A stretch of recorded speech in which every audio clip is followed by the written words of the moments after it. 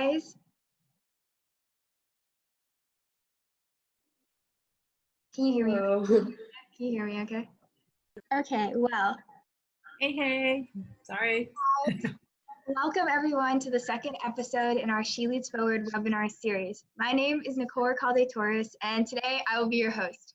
Before we start, I would just like to share a few things. First, for those of you who are joining us for the first time, She Leads Forward is a youth-led organization Sonia Chawla and I co-founded over the quarantine, so young girls and young adults from 13 to 21 years old could learn from peer and professional mentors. Second, we have followers from all over the world, so shout out to those coming in from New York, London, Madrid, and Manila, just to name a few. So definitely being part of the SLF family, you'll be part of a global community. Third, we have webinars just like this lined up for the next month, so check out our social medias for their links and their times. Lastly, we just launched our peer mentorship program, so you can sign up to be a mentor or to be mentored in school subjects such as English or math, or even just sign up to meet someone from a different place. We highly encourage it, and it's a great way to build a community over the quarantine. So definitely check that out as well on our social medias for updates. You can check out our very active Facebook page at She Leads Forward PH and our very active Instagram account at She Leads Forward. You can also email us. All the descriptions are down below. Now I would like to turn you over to my co-founder, classmate, and friend, Sonia Chawla. Hi guys, my name is Sonia Chawla and I'll be tracking the questions coming in. Throughout the webinar, if you have a question, please type it in the Q&A located at the bottom of the Zoom and tell us your name and where you are from so we can give you a shout out. Remember, there's no such thing as a bad question, so please feel free, be confident and feel free to type it in. I would like to challenge each and every one of you to type in at least one question tonight. And we really appreciate it. Thank you, Sonia. Now, what you all have been waiting for and you signed up to come for, now it is my pleasure to introduce our special guest, a Filipino businesswoman, an amazing triathlete in her spare time, and the client partner at Facebook Philippines. Welcome, Ms. Chay Mondejar Saputil. Thank you for being here with us today. Hi there. Good evening, Nick, and good evening, Sanya. So thank you for having me. Really excited to be part of She Leads Forward, and I support your advocacy. Believe there's a need for it, and I'd be happy to share some thoughts with the ladies in the group. I think we're all girls, right? So the folks that are here. So yeah, the best way to use the next 30 minutes is to be really interactive. If you have any questions for me, would love to hear them. I think there are several questions already. So I'm looking at I wonder if I could start with that before we start with your questions, Nick and Sanya. So yeah, so there's a question here. I'm sorry I don't know your name because it says it's anonymous. But if you could type at the chat box, I'd probably know who you are. But anyway, the first question from Anonymous would be, do you have a morning routine that prepares you mentally for your day? So here's the thing. One thing I learned when I joined Facebook. Oh, yeah, I'm from Facebook. I think Nick mentioned that. I almost forgot to introduce myself. But anyway, one thing I learned from Facebook is there are 4 areas that sort of, as human beings, we need to balance. It's physical, mental, spiritual, and emotional. And if one of those is sort of like over energized or under energized, we sort of are not in sync. So I think there's an echo. Do you hear the echo too? Only a little. Yeah. Not really on my side. For those who are not talking, maybe we could keep it on mute so there's no echo. Anyhow, so I truly believe that the work is hard, and if you're not physically fit, then it's even harder. So my morning starts with I wouldn't call it training, but I do exercise in the morning, at least 30 minutes. So Nicole mentioned that I am a triathlete, so I would say part-time, not really a full-time. So I try to either run or bike. And on my rest days or off days, I do like freeletics, freeletics, and do some weights. So yeah, that's my morning routine. I try to do it like every day, but take a day off to recover. So yeah, that's my morning routine. So we'll pause a bit there, maybe just so that I can introduce myself. Thank you. We want So like many of our viewers don't actually know what a client partner is. So like what is a client partner at Facebook, and like what will your typical day look like, would you say? Right. So, client partner at Facebook. So, Facebook in the Philippines opened back in 2016. And at that time, the priority was actually to talk to clients in the Philippines. So, we do know that a lot of companies in the Philippines have been using Facebook to advertise, but no one was really taking care of them. So, a client partner is someone who sort of trains, educates companies in the Philippines so that they use Facebook properly and that they use Facebook to help them meet their business objectives. So when I say business objectives is, for example, you're from say PNG Philippines and your product is Olay, right? And you have a sales objective of meeting like the target of to sell 10 million worth of Olay products within a month. So I need to help them reach that. And how do I help them is making sure that Olay is present in Facebook, that we're driving sales, we're driving people to buy Olay, and they understand the message of Olay. So that's how I started. But actually, when I started in Facebook, I was taking care of advertising agencies first, because the companies that sort of enable these advertisers are the advertising agencies. So that was my first role. And yeah, maybe that was my first role, because prior to Facebook, I was the general manager of an advertising agency in the Philippines. So it's called Wonderman, and that sort of connected, my career coming from an advertising agency going into Facebook. So does that make sense? That's very interesting. And that actually brings us to our next question. Like, so you've done so many things from being like an entrepreneur, right, with Chimes, digital marketing. Could you tell us a little bit about that and what it was like to, like, for example, as an entrepreneur, you're somewhat of like a leader and like trying to make decisions. How was that process? And how have you like changed and learned from that? Like some skills that.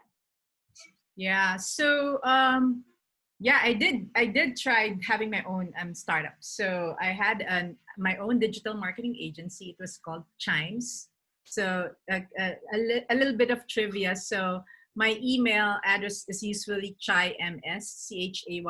So most of my colleagues would call me Chimes, both when I was in Microsoft.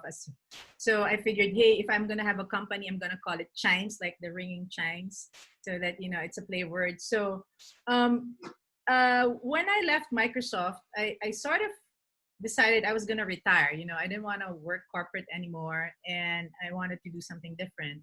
At that time, my husband was heading up, he was the vice president for digital services in SM. For those who don't know, I mean, SM's like one big conglomerate in the Philippines. And he was saying back in 2009, it was sad that there was really no company in the Philippines that specialized in digital. Like no one knew at that time. At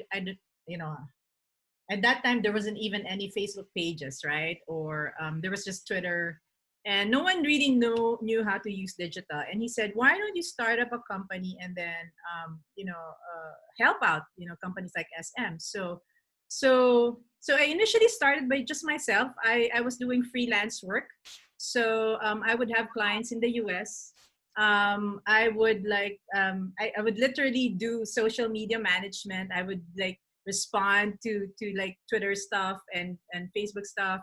I would host games, and no one was doing it during that time. So I was fortunate enough. This is a funny story, because I was fortunate enough to have a client who's based in the US who was super lazy in terms of studying all of these things.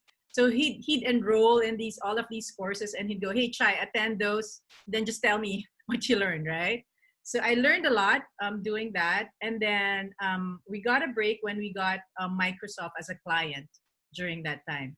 So when we got Microsoft as a client, we were handling all of their digital, marketing in the Philippines. So it was fun, but it was hard because I think if any one of you are thinking about doing businesses right now, unlike corporate, your responsibility is the lives of your employees.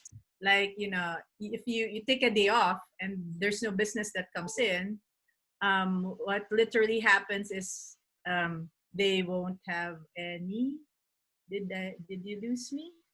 Did you lose me? Here, no, you're back now. Everything. Oh yeah. Sorry about that.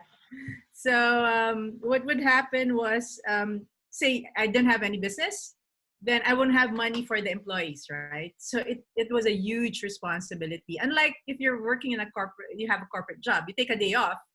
I mean, nothing happens. You know, you take a leave. But there, you take so there's this misnomer that there's less work when you have a business, but that's not true.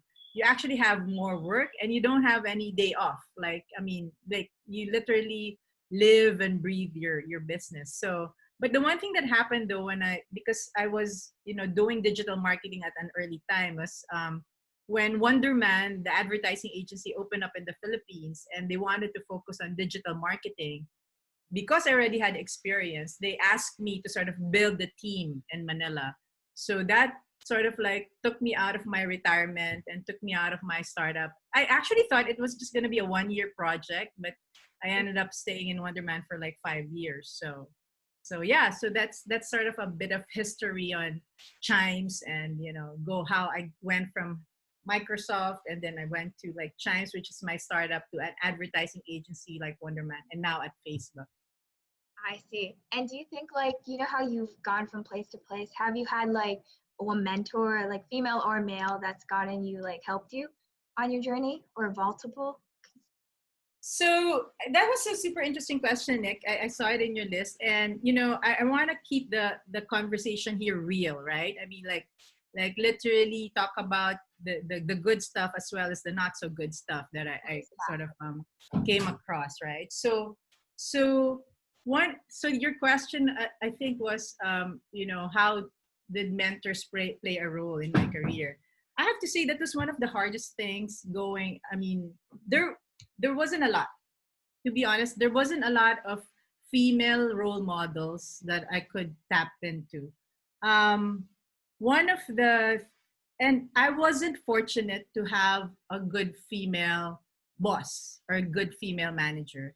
And when I also reached out, so I remember when I was starting Wonderman, when I was kicking it off, I was looking for someone, like just have lunch with them, and it was difficult because um I don't think a lot were had time to sort of share. So this is actually why I'm doing this as well. I wanted to sort of pay it forward, the stuff that I learned. I wanted to share it with you, ladies. So and there was this notion that for a lot of women that I met who were in leadership roles, there was this notion that I worked hard for what I did, therefore you should work hard as well. I don't know if you get that. I don't know if you've met like women executives that like I call them, like they have fangs, right? So so we call them queen bees, right? But I refuse to believe that to be successful, to be a successful woman or a woman in leadership role, is you had to be someone like that.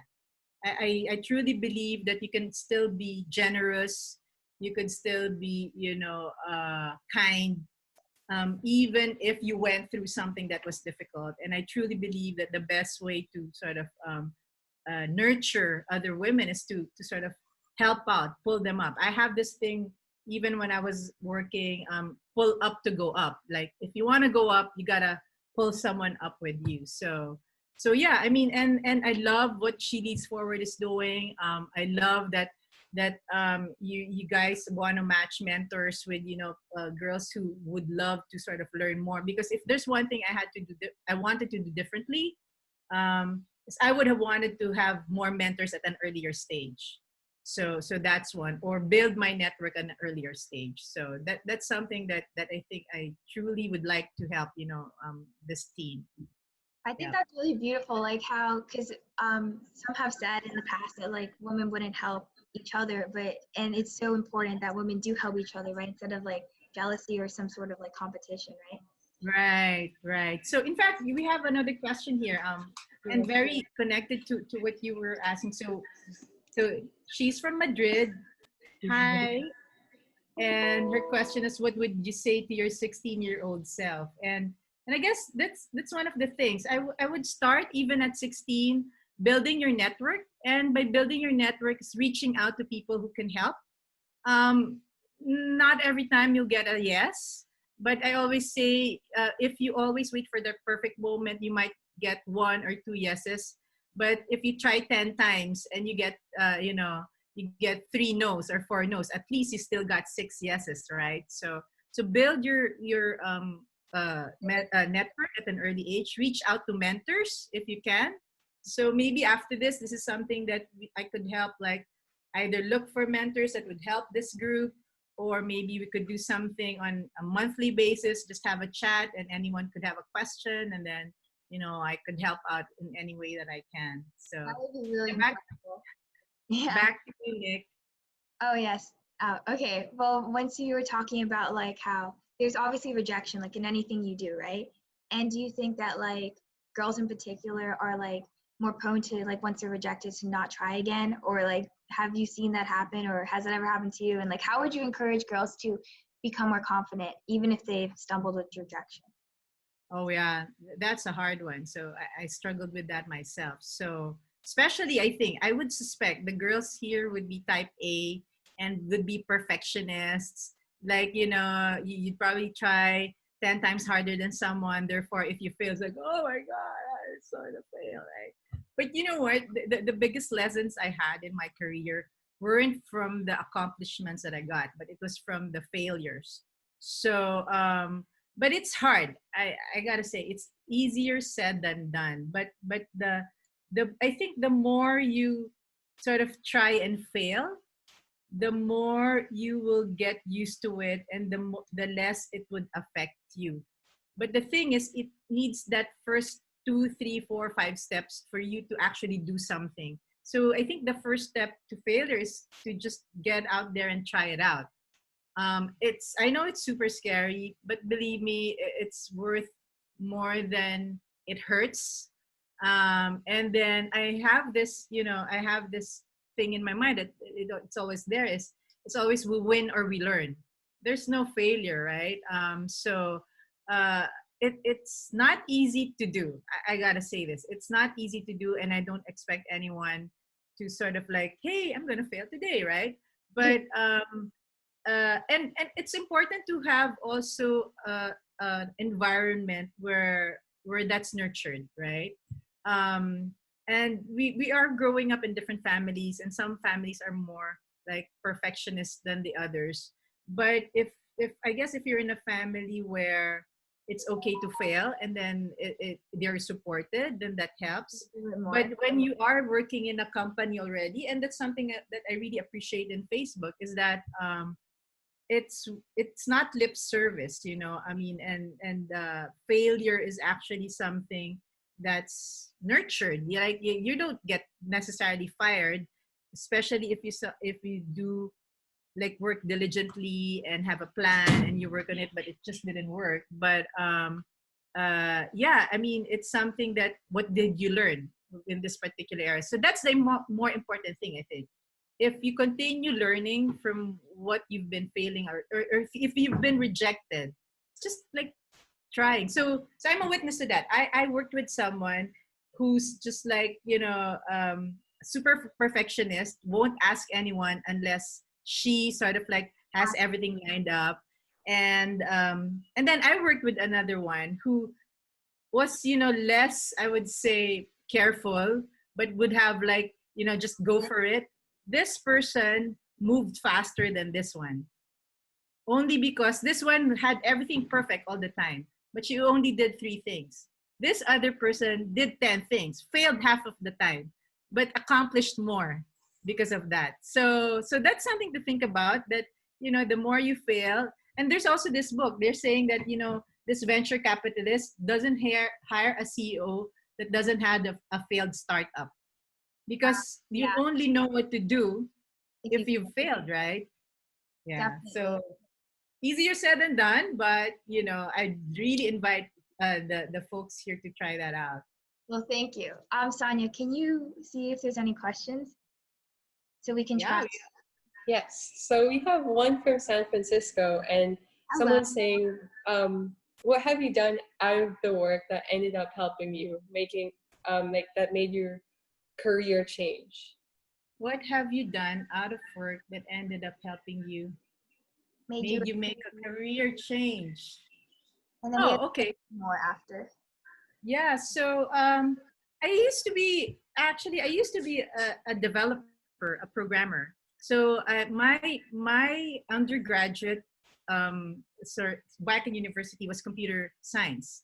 So when I entered my career, I was actually in IT. So I can't believe actually I'm doing sort of like sales right now. So, but I hated sales. Never even wanted to touch doing sales. But even if I was in IT, one of my passions was actually education, right? So I would like volunteer to do the workshops. I would volunteer to attend trainings, even if my work was as a programmer. So what happened was at one point, jumping from Unisys at that time to Microsoft, which was still in IT, but the work was totally different. My work in Microsoft wasn't going to be as an engineer, but as what they call a customer and partner experience. So taking care of customers and making sure their experience is positive with Microsoft. So that was a big change because it was something from a technical work to a very relationship driven work. And sorry, I lost the question was, oh, I lost the Oh, question. it's here. Yeah. What have you done out of work that ended up helping you? It's in the answered one. Yeah. So I think what happened was even if my core competency was in computer science or in programming, I didn't stop nurturing the things mm, that I love, right? Education. And by not stopping nurturing that, finding ways to sort of bring that to life, I was able to use that and then apply that in my next move, my next career move. So I think that's one big learning that I also found out in Facebook. So this is something I really want to share with you because it's something that I just learned in the last 3 years. So I don't know if you've heard that quote that if you work or do the things that you love, then you'll never work a day in your life, right? I mean something like that. But I was never a believer of that because I mean, okay, feel free to argue with me, and this is like a super interactive, conversation. But I was never a believer of that because at one point I feel like if my passion, for example, was teaching and my work was teaching, at one point I'll be super like oh my god, I hate teaching. I didn't want to hate the things that I love, right? So and so what do you do now, right? So in Facebook, what we have what was what we call strength based, right? So you have your strengths, you have your weaknesses. Your strengths is not necessarily something you're good at, but it's something that gives you energy, right? So like you might say you might be good at programming, but every time you do it, it drains you, right? But you might be good at maybe your job might not be in programming, but you love teaching, and whenever you do that, it sort of gives you energy. So what we do in Facebook is we encourage people to find ways in your job to bring your strengths to life. So what does that look like? So my job is in sales, but my passion is in culture, in building relationships, in teaching. So what I do now in my job is like I find opportunities to do workshops for my clients because that's something that I love to do, right? So I'm now mixing the job that I want and the things that I want to do and finding ways to put them together. So I'm fortunate enough to be in a company that sort of allows that to happen. So I think that's if there's one tip I'd like to share with you is, it's not necessarily finding a job that's super aligned to what you love, right? But it's finding ways to still do what you love given the environment that you're in. Because you won't always be handed out a silver platter where, hey, you love crafts, you're going to work for a company that does crafts, right? I mean, it's not always like that. But you love crafts, but you work for a company and you're a teacher, but you find ways to do crafts in that job. So So that's one thing that I learned quite recently, and I think it's super powerful if you get to learn that earlier in your career or in your studies. Yeah, I think that's something that not a lot of people think about, but definitely something worthwhile. I think right now we'll just go through more questions, like Sonia, Sure, go, Nicole. just so then So, more interaction. someone asked, do you have a morning routine that prepares you mentally for your day? Good question. So I forgot to add, apart from like doing my running, and I do Swift. And if anyone here does cycling, I'm there. I go to Watopia, like twice, 3 times a week. So apart from that, I do mindfulness. So I use the app Headspace. So it's really been helpful. It helps me focus. I read somewhere then when you do mindfulness, it's setting up a meeting with yourself, right? It's like Okay, yeah. pure time, just yourself. It's 10 to 15 minutes, and then by doing that, it sort of sets the tone for the day. And I find myself, if I don't do that, I'm less focused and I'm more impulsive. But when I do mindfulness, it helps me sort of settle down and think of, okay, it's okay. I'm very grateful for what I have, and then, and then the day goes easier. So both exercise and mindfulness. Thank you. That's really inspiring. We have another question from someone from San Francisco asked, what do you think are the next best careers women or we should be thinking about? Oh wow, that's a good one. I don't think, especially if you're like in uni right now or in high school, I think the next jobs are not even invented now. Because I would think like social media wasn't alive when I was studying, right? Um, but but I think what you need to sort of focus on right now are skills that can be applicable in the future of work, right? So what skills are that? So I remember when I was in uni, I hated math. I mean, I thought there wasn't any math in computer science. I was wrong, right? But like the discipline of thinking when we were doing math became super useful when I graduated. So it wasn't actual math itself. I remember my first job was in, like, I was asked to document stuff, and I felt that, after studying computer science, I felt like my brain was turning into mush. That I literally brought my calculus book to work so that I could do like this was so strange, right? So I think anything that will help, give you the discipline of, at least for me, the discipline, the logic that helps.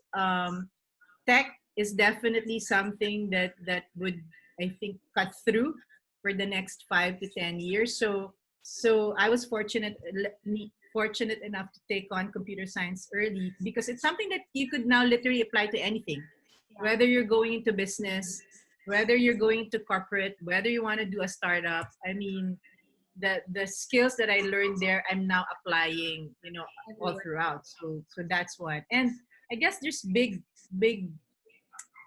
stuff going around data and analytics.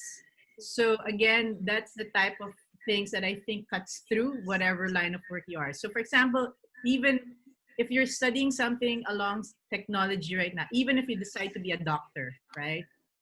Somehow, somewhere, you will be able to apply technology into medicine, right?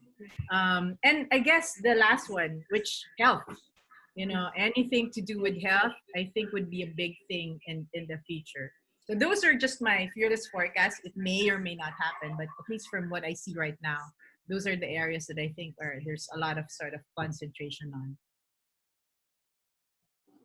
Wow, yeah. What's the next? Rachel from New York is asking, what inspired you to pursue and continuing nurturing your career? So I did try stopping to work. Yeah, I mean, I did try. So after Microsoft, I figured I'm just gonna retire, take care of my kids. But that drive to learn was there, and I mean, I have high respects for women who chooses to stay and take care of their families full time. It's a super hard job, believe me. It's not easy to organize kids and their studies and making sure that everything is well. But for me, learning was a big thing, and the first 2 months was okay, but after the third or fourth month, again I felt my brain was turning into mush. Right, I missed being on the edge. I missed learning. I missed, knowing what's going to happen next, especially if you're in a tech company. Back when I was in Microsoft, you have like a preview of what's going to happen. Like not only the new products, but the trends, and, you got first dibs on that. So I missed that a lot. And then that made me, say, hey, I want to, continue learning. So I did study after that. So I studied organizational development at the Ateneo, and I just had to find ways to learn. So for me, the career is, for as long as I'm learning something, for as long as I'm able to help others, for as long as like for example, right now, my objective is I need to help my clients grow their business. There's so many businesses that are struggling right now, especially with COVID-19. So it gives me a huge, feeling of accomplishment when you're able to help them go over that bump. So I don't think I'll be able to do that if I just stop, and then, put a halt into my career. So that's a big driver for me in terms of my career. I think I'm gonna work until they kick me out. I don't know. I feel that's what's Love gonna it. happen.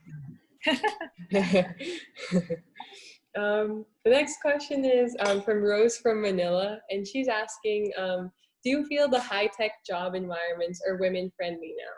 That's a good question. You know what?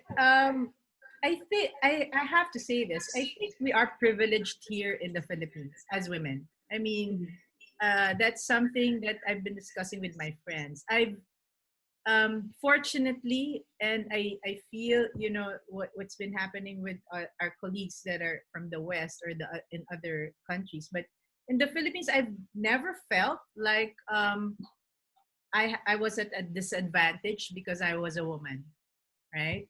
I remember back when I was the general manager for Wonderman, when we would have meetings with CEOs of advertising agencies. I mean, they were all women, right?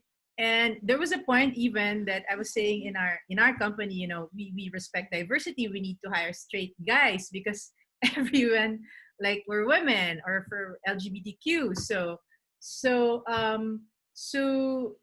I think that's for the Philippines. But if there's anything that I feel there's a division in the Philippines, is in socioeconomic. Like, I think more opportunities are presented to women who are in the upper strata in terms of socioeconomic status compared to the lower strata, which is what I would love to sort of, help more. Not necessarily gender. So I remember at one time being in a women's conference, and we had, women leaders from all over the world, and they were saying, hey, why is it disproportionate? I mean, the percentage of women executives in the Philippines is higher than everywhere else, And then, one of the CEOs there, she went up and said, I was given this award, and my husband was introducing me, and my husband had a list of people to thank. And then my husband mentioned the names of all of their yayas, all of their nannies, because to be totally honest with you, in the Philippines, we have such a big support group for women, which women from the West don't necessarily have, right? I mean, so this is something that I feel is a privilege that we need to sort of use to pay it forward and help other women who don't have as much access as we do. So Would you say like in the Philippines or in general? in the Philippines, I would say. I couldn't speak for women I'm pretty sure it's different. Like, what you hear about, especially in the West, in the US, or even in the UK, the gap is so like, there's tension, there's gap, it's so obvious. But in the Philippines, I say there still is, but I wouldn't say your career is hindered because you're a woman. In fact, Yeah. I think if you wanted to flourish as a woman, as an executive, Philippines is a really good place to sort of get started. But the question I think was in tech, right? Yeah. So I would say even in tech, when I was working as a programmer, like more than half were women. We had women bosses. Even in Facebook, the first 4 hires were all women. Like so, and right now it's only the right now where it's being balanced with men. So call that strange, but at least in the Philippines, that's something that I've seen or observed. I see. Okay, I think we should just continue with some of these questions. Go. Tanya, Um, shout out. from New York City, someone asked, what tools do you use to plan your hectic day? So like calendars and things like that. All right. Okay. So this is again something I learned now that I'm in Facebook. So I don't know if you guys still do emails. Do you? Or you just do chat and stuff, right? Okay. Yeah. So emails take a lot of time, right? I mean, like never ending. So what I've discovered doing is blocking time to do thinking work, right? So the way my day goes is like first half of the day is where I do all of my meetings. If possible, I only schedule meetings in the mornings, probably maybe until 2 o'clock, and then block time like in the afternoon to do my desk work. And when I say desk work, that's thinking work, or if I have to do any presentations, it's presentation work. Because what I found out is if you take, say, all of your meetings and all of your group stuff during the day, it ends up piling in the evening. And then when it piles up in the evening, it's either you don't sleep well or you catch up the next day, and then it just goes one on top of the other. So it's very deliberate. I block off time on my day to do thinking time, and I think that that's super important because we usually get distracted by the urgent. Like if you have a notification, you answer it. You have your email, you answer it. I mean, that it's so distracting. You end up being busy but not really doing anything. So if you learn that early in your life, I think that will really help you. Thank you. Ooh. Next. So the next one is from Minerva. She says hello from Malaga, and I think she was adding on to the previous question when she was asking what would be your recommendation for those tools for a person who doesn't have a very clear idea of what to do after They graduate. graduating from high school. Wow. I didn't know what to do after I graduated from high school. I didn't even, I just knew that I didn't like math at that time, but I learned to love it. But you know what? I think what you want to do is just make sure that you're developing skills, right? It doesn't have to be, I mean, the usual model would be I need to take engineering, or I need to take, advertising, or I need to take marketing. But I think and this might be controversial, and I don't know if your parents are listening here, but no matter what you take, no matter what course that you take, especially if you're not as sort of aware on what else to do, no matter what you take, what you want to do is make sure you, if this is so cliche, make sure you do it well.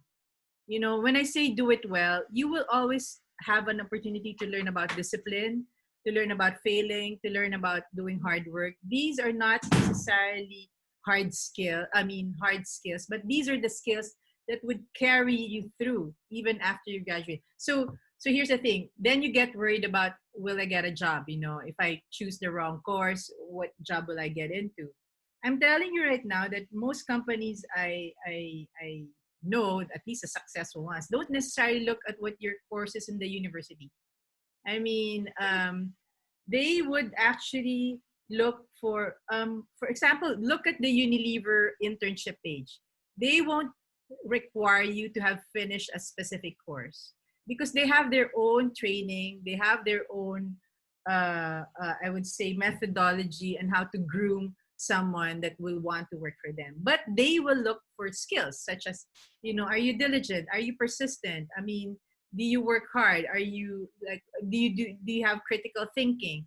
And maybe what you can do if you want to choose like what you want to get into a university, what course would help you further study those, right? I mean, if you took up something easy that won't stretch your brain, then you will have a hard time after university.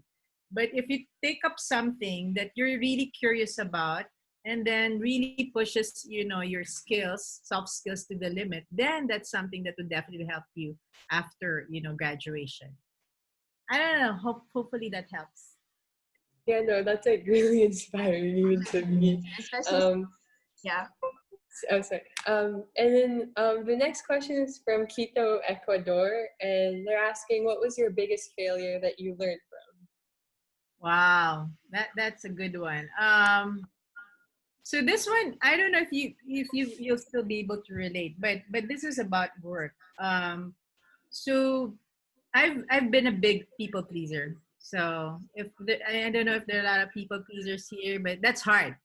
That's super hard because if you're a people pleaser, you're always, your measure of yourself would be through the lens of the other people, and you won't ever meet their expectations. There will be always something missing. So because I'm a recovering people pleaser, I have to say, right? I don't think I've fully recovered from that. So what happened was I had a client, and with that client, what happened was, for example, what happened was I agreed to do 1, 2, 3, 4, 5 with that particular client. Yay, we closed a deal. We're gonna be paid by a lot of money. Okay. Then when we were already doing the project, this client goes, "Oh, I'm not actually the one you're gonna talk to. You're gonna talk to, say, instead of Nick, you're gonna talk to Sanya." Okay, good. I'm gonna talk to Sanya. They're in the same company. But Sanya said, "I don't want 1, 2, 3, 4, 5. I want 1, 2, 3, 4, 5, 6, 7, 8, 9, 10, 11, 12. And rather than push back, rather than have boundaries, I actually tried to do, 1, 2, 3, 4, 5, 6, 7, 8, 9, 10, 11, 12. And it killed me, right? It Wow. didn't just kill me, it killed my team.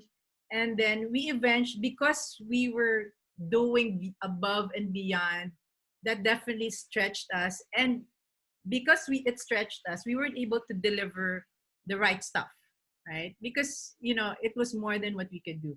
So we ended up losing that project, and I ended up having to let go of people because we lost that project. So that was a big learning. Beyond work, I think what I learned was about boundaries. If you are a people pleaser, it would be super hard to say no. But imagine the people that you talk to who has the ability to do that. At the end of the day, you do respect them, right? I mean, it doesn't just it. I think having boundaries is also one way of respecting yourself, like protecting what you can do. And I think the earlier you learn to do that, the the easier it will be. I'm not saying it's gonna be easy. I'm just saying it's gonna be easier. But the longer you learn to do that, the harder it would be to sort of go through your not just school, but even in your career or even your personal life, right? I mean, if you're the type of person that doesn't have any boundaries, I mean, people will just take advantage of you. So being able to learn how to have boundaries and not and still being respectful, I think it's a skill that everyone, if they can learn that, that would be super beneficial. That's really good. That's something personally like I would think is like a super big thing to like work on. Okay, this will be our last question. If anyone else has any, please put them now. Yes. So this one's from Manila. So how do you think COVID-19 will change the way we live and work? Oh, wow. So super interesting question. So before COVID, because the clients that I take care of for the Philippines are the local companies, right? And local companies are very traditional, not as innovative, a bit slow. So what happened was, for example, working from home. No one believed it worked, right? I mean, most tech companies already know that working from home is okay for as long as your company's results driven and you trust your employees. That's something that we already did. At least back when I was Microsoft, it was okay. But a lot of local companies didn't believe. I mean, they're the type that you need to time in, like 9 o'clock, time out at 6 o'clock. If you're late at 9:05, your pay gets deducted. So what I learned from here is that, in the face of adversity, people adapt. And I've seen this happen. And then people crossing that, I'm scared, I'm not gonna do this, and then they do it, and then hey, I'm still alive, and it's working. So one of those is working from home, and I love it. Right, I love that we now have the ability to do that. I am taking back time from commute, and I love it that a lot of local companies are saying, hey, things are still getting done even if people are at home, so that's one. And then yeah, so another thing, and this is more on the technical side, is if you're curious, it's in the adoption of e-commerce, right? So pre-COVID-19, a lot of companies don't believe that e-commerce will fly in the Philippines, right? I mean, people don't buy online and people are scared to buy online.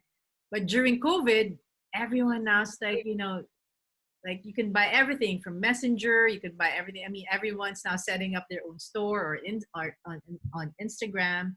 So I think even post COVID, those are the trends that will continue to happen. So if you're in that area, I mean, it would be too good to explore now.